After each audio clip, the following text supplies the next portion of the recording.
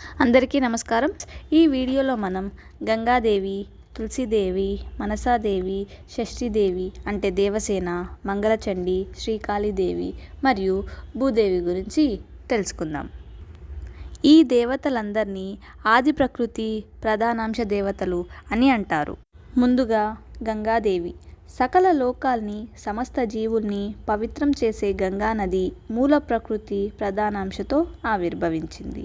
ఈ గంగ విష్ణుమూర్తి పాదాల నుంచి పుట్టి పాపాత్ముల పాపాలన్నిటినీ కడిగేస్తుంది.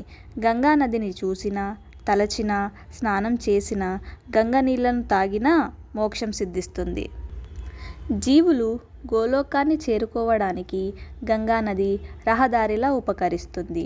భూలోకంలో ఉన్న సమస్త నదుల్లో గంగానది ఎంతో గొప్పది. శివుడి జటజూటంలోకి ప్రవేశించిన గంగ ఆయన తల మీద చుట్టుకొని ముత్యాల వరుసలాగా శోభిస్తుంది.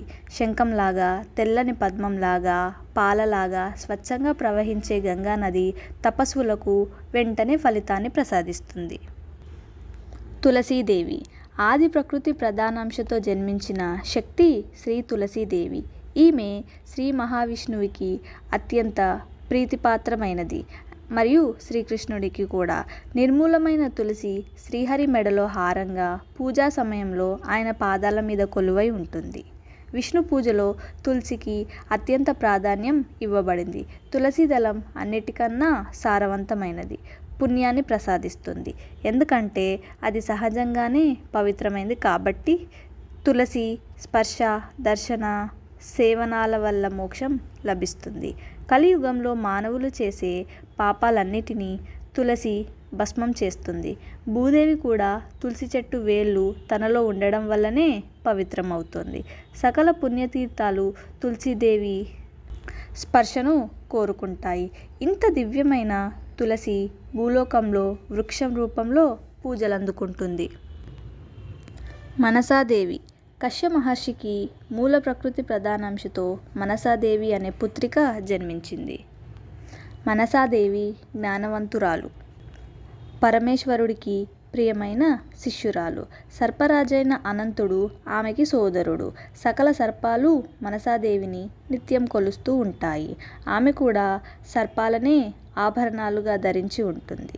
మనసాదేవి గొప్ప సిద్ధయోగిని.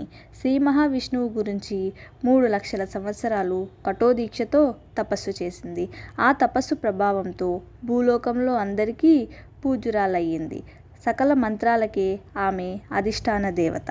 నిత్యం బ్రహ్మ తేజస్సుతో వెలిగిపోయే మనసాదేవికి జరత్కారు అనే పేరు కూడా ఉంది. ఎందుకంటే ఈమె తపోధనుడైన జరత్కార మహర్షిని వివాహం చేసుకుంది. వీరిద్దరికీ గొప్ప తపస్వి అని ప్రసిద్ధి పొంది అస్తికుడనే మహర్షి జన్మించాడు. షష్ఠీదేవి అనగా దేవసేన. ఆది ప్రకృతి 6వ అంశతో జన్మించింది కనుక ఆ శక్తికి షష్ఠీదేవి అనే పేరు వచ్చింది. ఈమెనే దేవసేన అని కూడా అంటారు. ఈమె మాతృకా స్వరూపినికి కూడా. అందుకే ఈ దేవి సృష్టిలో ఉన్న శిశువుల్ని కాపాడుతూ ఉంటుంది. తనను కొలిచే భక్తులకి పుత్రపౌత్రుల్ని ప్రసాదిస్తుంది. ఈమె తన భర్త దగ్గర నవయవ్వనవతిగా కనిపిస్తూ శిశువుల దగ్గర పండు ముసలి యోగినిలా ఉంటుంది. షష్ఠీదేవిని సంవత్సరం మొత్తంలో ఎప్పుడైనా పూజ చేయవచ్చు. శిశువు జన్మించిన తర్వాత సూతికా గృహంలో 7వ రోజు లేక 21వ రోజున షష్ఠీదేవికి పూజ చేస్తే పుట్టిన శిశువుకి ఆయువు, ఆరోగ్యం పెంపొందుతాయి. మాతృరూపిణి అయిన ఈ షష్ఠీదేవి ఎంతో దయ కలిగింది. తనని నమ్మి కొలిచిన వారి సంతానాన్ని కంటికి రెప్పలా కాపాడుతుంది. మంగళచండి. మూల ప్రకృతి ప్రధానాంశగా జన్మించిన మరో శక్తి స్వరూపిణి శ్రీ మంగళచండీ దేవి.